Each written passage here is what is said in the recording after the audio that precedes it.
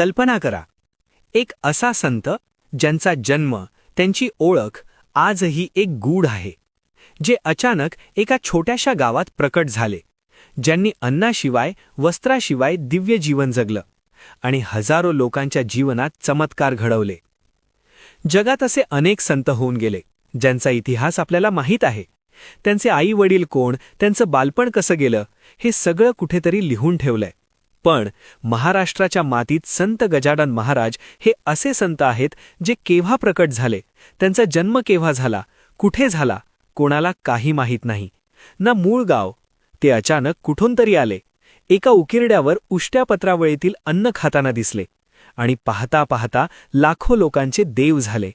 होय मित्रांनो, आपण बोलत आहोत विदर्भातील पंढरपूर म्हणजेच शेगावचे लाडके संत श्री गजानन महाराज यांच्याबद्दल.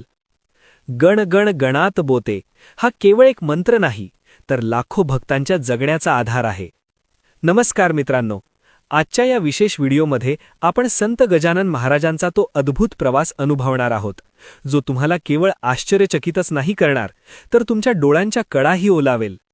त्यांचे चमत्कार, त्यामागचे विज्ञान, त्यांचा लोकमान्य टिळकांशी असलेला संबंध आणि आजच्या काळातही शेगाव संस्थानाने जपलेला त्यांचा वारसा, हे सर्व आपण आज विस्ताराने जाणून घेणार आहोत. तर हा व्हिडिओ शेवटपर्यंत नक्की पहा, कारण आज आपण एका खऱ्या परब्रह्माची कथा ऐकणार आहोत. मित्रांनो, ओळख आपल्या महाराष्ट्राची या विशेष भागात आज आपण अनुभवणार आहोत महाराष्ट्राचे लाडके संत श्री गजानन महाराज यांचा संपूर्ण आणि अंगावर शहारे आणणारा जीवन प्रवास. हा व्हिडिओ फक्त माहिती नाहीये, तर हा एक अनुभव आहे, भक्तीचा, श्रद्धेचा आणि अथांग वैराग्याचा.